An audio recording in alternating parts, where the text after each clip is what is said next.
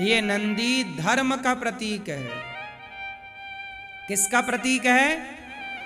इसलिए शंकर जी के मंदिर में नंदी जब बैठते हैं तो कितने पांव नंदी के बाहर होते हैं और कितने भीतर? कितने बाहर हैं? नंदी को ध्यान से देखना, शिव जी के मंदिर में एक पांव बाहर होता है नंदी का और 3 पांव मुड़े हुए अंदर की ओर। ये 3 पांव नंदी के टूटे हुए हैं, एक पांव है नंदी का। तो धर्म के 4 चरण होते हैं। धर्म के कितने पांव? सत्य, दया, दान, तप। जिसमें कलयुग में, सतयुग त्रेता द्वापर में तो सत्य, दया, दान, तप चारों पांव थे, नंदी चारों पांव से खड़ा था। पर कलयुग में नंदी के मतलब धर्म के 3 पांव टूट चुके। सत्य टूट गया, अब सत्य तो नहीं ही है, ना के बराबर। सत्य कहां कोई बोल रहा? सत्य। दया, अब दया नहीं है। दया होती तो लोग जीव हत्या अपने स्वाद के लिए क्यों करते? अच्छा एक बात बताओ, मांस खाना सही है? आप मांस खाते हो? अंडा, मछली, मुर्गी, बकरा, बकरी। कुछ लोग कहते हैं कि जी मांस खाओ या गेहूं अनाज खाओ, क्या अंतर है? सब में तो जान है। सुनो, ये बताओ कि ईश्वर ने आपको और हमारी जो रचना की है, वो रचना शाकाहारी है कि मांसाहारी है? हम मांसाहारी हैं जन्मजात या शाकाहारी हैं जन्मजात? बोलो। तो फिर ये लोग मांस क्यों खाते हैं?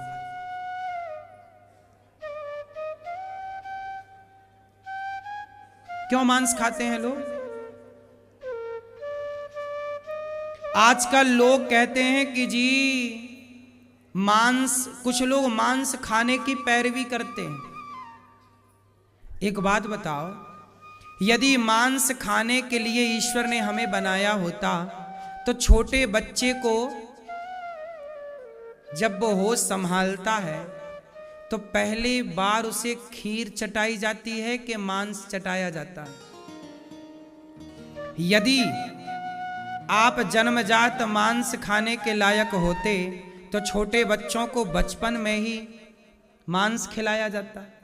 लेकिन बच्चे मांस नहीं पचा पाते।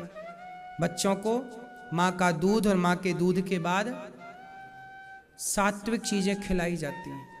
हाँ या ना? तो आज के अंदर लोगों के भीतर दया नहीं है। सत्य टूट गया पांव, सत्य का, दया का पांव और तप का पांव। तपस्या कोई नहीं करता, तप का पांव टूटा। कलयुग में केवल एक पांव बचा नंदी का और वह है दान। ये न केन विधि दान करे कल्याण। कलयुग में केवल दान। धर्म के नाम पर क्या है? जबकि धर्म के 4 चरण हैं, 3 टूट गए, एक पांव बचा, केवल दान। आज देश में जितना भी धर्म टिका है केवल दान के बल पर। इसलिए नंदी का एक पांव। तो शंकर जी बैल पर नहीं चढ़ते, शंकर जी बैल की सवारी नहीं करते, शंकर जी धर्म की सवारी करते हैं। किस पर सवार हैं? धर्म पर आरूढ़ हैं भगवान शिव।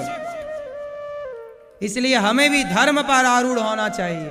धर्म पर आरूढ़ होने का मतलब है धर्म से चलना चाहिए। किससे चलना चाहिए भैया? धर्म से चलना। और आजकल लोग किससे चल रहे हैं? अधर्म से। किससे चल रहे हैं? अधर्म से। अधर्म किसे कहते हैं? अधर्म क्या है? आप बताओ, आप धर्म से चलते हैं कि अधर्म से? धर्म से। क्या है धर्म? अधर्म क्या है? चलो ये बताओ। झूठ बोलना धर्म है? झूठ बोलना धर्म? आप झूठ बोलते हो कि नहीं? नहीं बोलते? बिल्कुल है। रात ना के बराबर। कितना ना के बराबर? 24%। 1% झूठ। ठीक है, तो झूठ बोलना धर्म है कि अधर्म? आप कितने % झूठ बोलते हैं चश्मा वाले भैया? हैं? कितने % झूठ बोलते हैं बताओ? 10%। और आप दादाजी कितने % झूठ बोलते हैं? हैं? बिल्कुल नहीं बोलते, 100% सच। वाह, आप कितने % झूठ बोलते हैं? ले बोलो, तुम नाम ले रहे हो ऊपर वाले का, डबल फाइन लगेगा ईश्वर की तरफ से। जब आप बोल रहे हो तो आप विचार करके बोलो ना कि सच बोल रहे हो कि झूठ। देखो, इस तरह की बातें करके बचो ना, ये तो केवल बचना है ना। ये स्थिति अलग है। यदि ये स्थिति है ना तो फिर ये स्थिति वाली स्थिति ही अलग है कि फिर जो कर रहा ईश्वर कर रहा, पहले उस स्थिति तक आप पहुंचो तो सही, बात करो उस स्थिति की, पर हो नहीं उस स्थिति में, तो फिर उस स्थिति का आड़ लेकर के फिर पाप करोगे तो डबल दंड मिलेगा। अभी हम सामान्य मनुष्य हैं तो सामान्य ठीक है। जब आप वो अवधूत अवस्था, आप जिसकी बात कर रहे हैं वो अवधूत अवस्था कि जो बोला फिर वाणी से जो निकला वो ईश्वर, फिर सर्वम खलविदम ब्रह्म, सब जगह ईश्वर, आप भगवान सबको देखे ईश्वर, फिर जो हो रहा है भगवद इच्छा, वो भी एक स्थिति है। पर देखो उस स्थिति तक यदि आप पहुंच गए हैं तो ठीक है, प्रणाम है। नहीं पहुंचे तो फिर उस स्थिति का नाम लेकर के छिपाओ ना अपने पापों को। भगवान को कपट अच्छा नहीं लगता, यही कपट है कि मैं हूं नहीं उस तरह से और बताऊं कि जी मैं बड़ा सिद्ध आदमी हूं। इसलिए नहीं, आपके लिए नहीं, सबके लिए बोल रहा हूं। कुछ लोग होते हैं ना, जैसे कुछ लोग कह रहे हैं हम झूठ नहीं बोलते। इस धरती में ऐसा कोई नहीं है जो पाप ना करता हो। बात इतनी है कि कोई स्वीकार करता है, कोई स्वीकार नहीं करता। फर्क इतना है। भगवान कहते हैं तुम पापी हो, कोई बात नहीं। कौन रहेगा पाप के बिना इस धरती पे? तुम एक पांव रखते हो ना तो तुम्हारे पांव के नीचे ना चाह करके भी चींटियां मर जाती हैं, ना चाह करके भी जीव हत्या हो जाती है। तुम नहीं चाहते तो भी तुम्हारे मुंह से झूठ निकल जाता है। कोई कह नहीं सकता कि जी मैं झूठ नहीं बोलता। सब झूठ बोलते हैं, कोई जानकर बोलता है, कोई अनजाने में बोलता है। किसी का झूठ में स्वार्थ होता है तो किसी का झूठ में स्वार्थ नहीं होता। इसलिए कहता हूं कि आप ये कहो कि हां मैं अभी झूठ, छल, कपट, बुराइयों में उलझा हुआ हूं। जब आप ये स्वीकार कर लोगे कि आप गलत हैं, जब स्वीकार करोगे गलतियां तो ही सुधार होंगी। और आपने यही मान लिया कि नहीं मैं तो गलत हूं ही नहीं, तो सुधार की सारी संभावनाएं खत्म। क्यों जी, बात सही है। इसलिए स्वीकार करो। आपको आपसे बेहतर कोई नहीं जानता। आपको मैं कभी नहीं जान सकता, लेकिन आपको आप अच्छे से जानते हैं। आपको आप अच्छे से, मैं नहीं जानता आपको। इसलिए आप कभी मुंह दिखाना है ना तो आपको ही दिखाना पड़ेगा ईश्वर के सामने। मुझे मेरा मुंह मैं दिखाऊंगा, मैं सही हूं कि गलत ये मुझे पता है, आप सही हैं कि गलत ये आपको पता। लेकिन ईश्वर जब देखेंगे तो ये देखेंगे कि क्या आपने गलतियां स्वीकार की। रावण से यही तो कहा राम जी ने, तू गलत है, सीता चुरा लिया, कोई बात नहीं, एक बार एक काम कर, सीता को आगे कर और तू मेरी शरण में आ जा।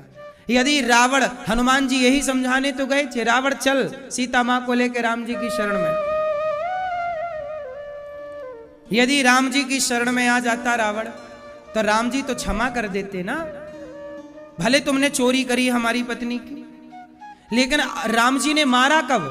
जब रावण ने अपनी गलतियों को स्वीकार। इसलिए गलती करने वाला गलत नहीं है, गलतियों को स्वीकार ना करने वाला गलत है। तो शंकर जी किस पर बैठे हैं? हाँ, धर्म पर। शिवलिंग क्या मतलब है? लिंग शब्द यहां क्यों प्रयोग हुआ? लिंग का अर्थ क्या है? यहां लिंग किसके लिए है आप बताओ? हाँ, लिंग का अर्थ बताओ, क्या होता है लिंग? किसे कहते हैं लिंग? है झंडा?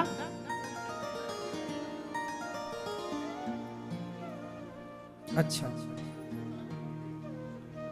शिवलिंग का अर्थ है जैसे लिंग स्त्रीलिंग, पुरलिंग क्या होता है, नपुंसक लिंग।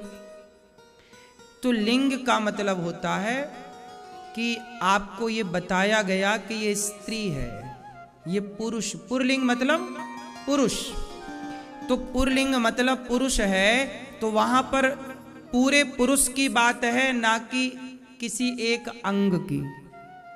हाँ या ना? पुरलिंग बोल दिया गया तो पूरा पुरुष आया ना, स्त्रीलिंग बोला गया तो पूरी स्त्री आई ना, नपुंसक लिंग बोला गया पूरा ढांचा आ गया, शरीर आ गया। उसी तरह शिव महापुराण के अनुसार जो शिवलिंग है वह भगवान का निराकार स्वरूप है। कौन सा स्वरूप है? कौन सा स्वरूप है? भगवान के दो स्वरूप होते हैं, एक साकार और दूसरा निराकार। साकार मतलब ये भगवान कृष्ण, भगवान राम, ये कौन है? साकार। जिसका एक आकार है उसका नाम है साकार, जिसका कोई आकार ना हो। वो जब आकार नहीं है तो वो नाम दे दिया गया कि ये प्रतीक है शिव का, लिंग। लिंग मतलब संपूर्ण शरीर। अब शंकर जी निराकार रूप में है, अब निराकार का आकार कैसे बनाए बताओ? तो एक आकृति दे दी गई, ये रख दिया गया। ये पूरे शिव का प्रतिनिधित्व है। ये पूरे शिव का क्या करेगा? ये पूरे शिव का क्या है? प्रतिनिधि। ये इतना सा हिस्सा ये क्या कर रहा? शिव का प्रतिनिधित्व कर रहा। बोलो हाँ। इसमें भगवान शिव की, अब विराट हैं शिव, तो कहाँ आंखें कैसी होंगी उनकी, गाल कैसे होंगे उनके होंठ कैसे होंगे? तो हमने उनकी आकृति बनाना कठिन। निराकार की क्या आकृति बनेगी भाई साहब? आकृति तो साकार की बनेगी ना, सही? तो शिव तो निराकार रूप में है, तो फिर एक निराकार का प्रतीक क्या है? एक पत्थर, एक शिला। उस शिला का भगवान राम ने एक आकृति दे दी और उसे नाम दे दिया ये शिव जी की आकृति है। मीन्स ये शिव का प्रतीक है, ये शिव का प्रतिनिधि है, इसलिए शिवलिंग। क्या नाम दे दिया? शिवलिंग। लिंग मतलब यहां पर योनि भाग नहीं है, लिंग मतलब भगवान शिव संपूर्ण शिव है। चूंकि शिव निराकार है, हमारे यहां भगवान की दो परंपराएं हैं, एक साकार परंपरा है और एक निरा। भगवान सगुण ही अगुण ही नहीं कछु भेदा। साकार और निराकार दोनों हैं। जरूरत पड़ने पर हमारे भगवान साकार हो जाते हैं और जरूरत पड़ने पर हमारे भगवान हमारे भगवान का नाम है कर्तुम अकर्तुम अन्यथा कर्तुम सर्व सामर्थ। हमारे भगवान परम शक्तिशाली है। क्या है? बोलो।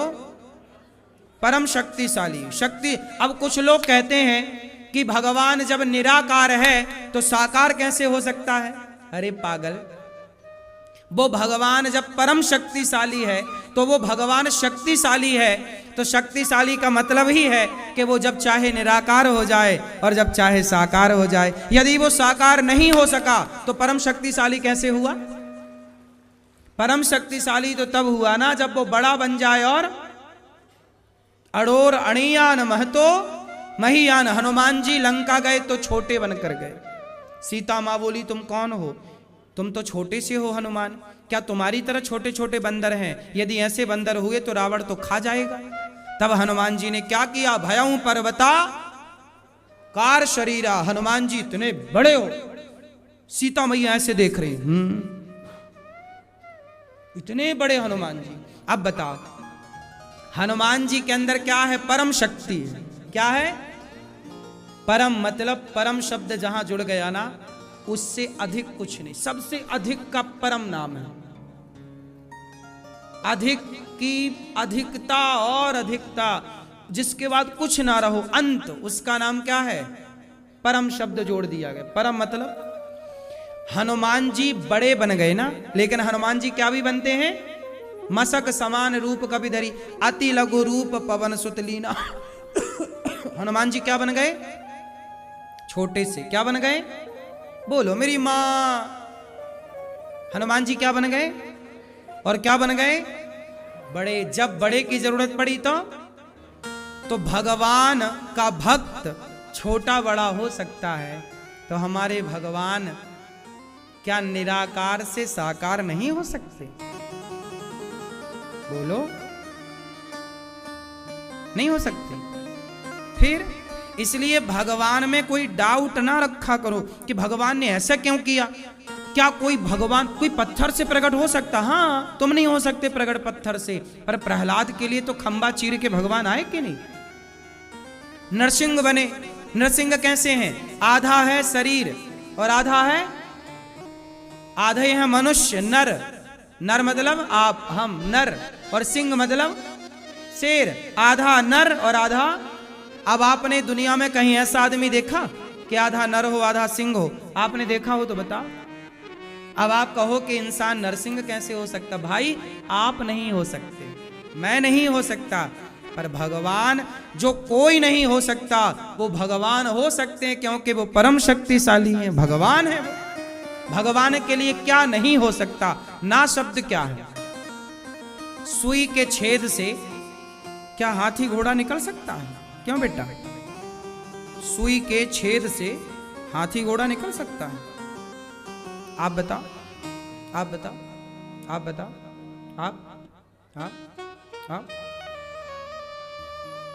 आप बताओ मैया, आप बताओ। हरे काहे नहीं निकल सकता? जब इतना सा मुंह खोलकर श्याम सुंदर ने मैया यशोदा को इतने से मुंह में पूरा ब्रह्मांड दिखा दिया, नहीं दिखा दिया? जिनके इतने से मुख में पूरा ब्रह्मांड दिख गया, जिनके बल पर हनुमान जी प्रभु मुद्रिका मेली मुख माही, जलधि लांघ गए अचरज। हाँ, हनुमान जी ने समुद्र को छलांग लगाकर पार कर दिया।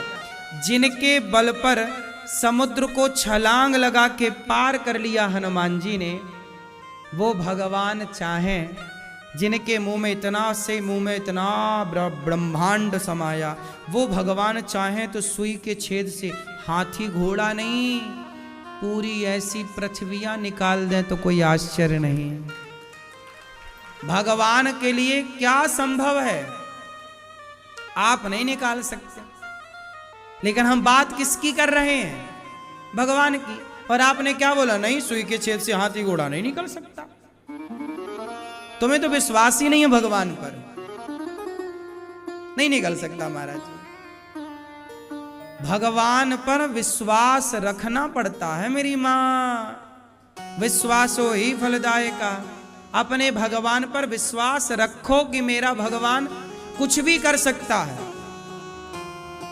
द्रौपदी के कपड़े उतारे गए, बुलाया तो भगवान तुरंत कपड़े बनकर खींचने लग गए। साड़ी इतनी खींची कि साड़ी का ढेर लग गया, पता ही नहीं लगा साड़ी कहां से आई। अब बताओ, बढ़ी ना साड़ी? फिर अब आप कहो नहीं ऐसा नहीं हो सकता। आजकल यही तो है। आज के नौजवान जो लड़का लड़कियां हैं ना, साइंस की एक पुस्तक पढ़ लेते हैं, उन्हें लगता नहीं ऐसा तो हो ही नहीं सकता, साइंस कहता है ऐसा। अरे साइंस नहीं कहता, साइंस जो कहता है, साइंस अलग है, आध्यात्म अलग है। साइंस की शक्ति अलग है, ईश्वर की शक्ति अलग है। क्यों जी? साइंस का एक अलग काम है और भगवान का एक अलग काम है। जो काम भगवान कर सकते हैं, क्या वो काम साइंस कर सकता है? साइंस कर सकता तो बताओ फिर वैज्ञानिक आंख काहे नहीं बना लेते?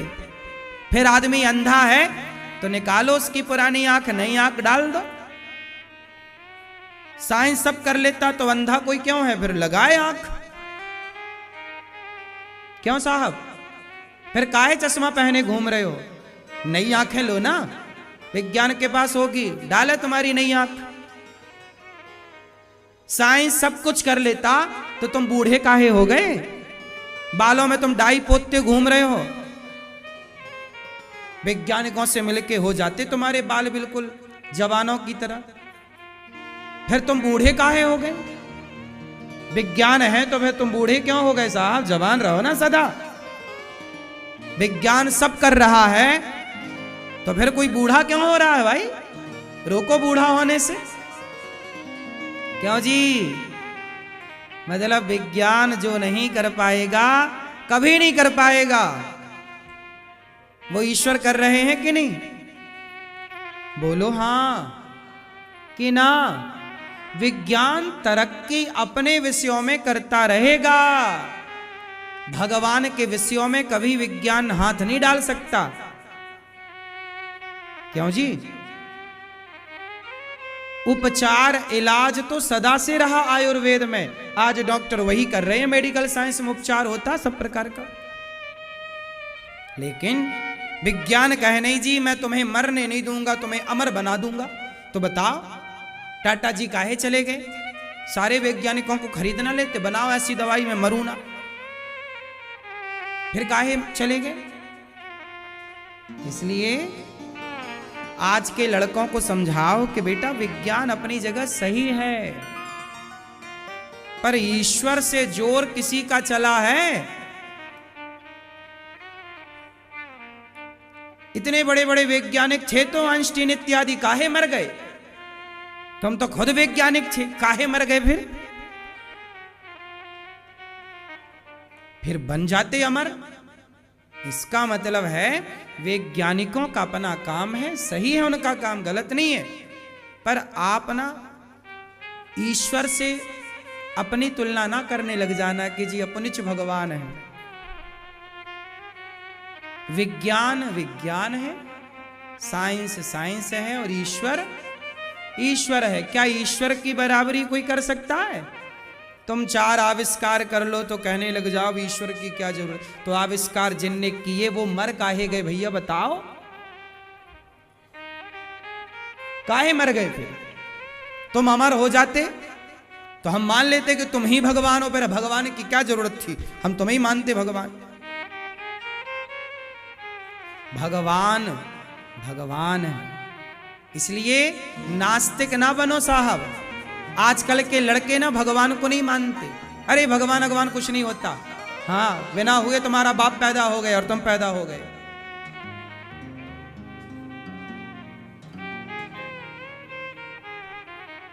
अच्छा एक बात बताओ,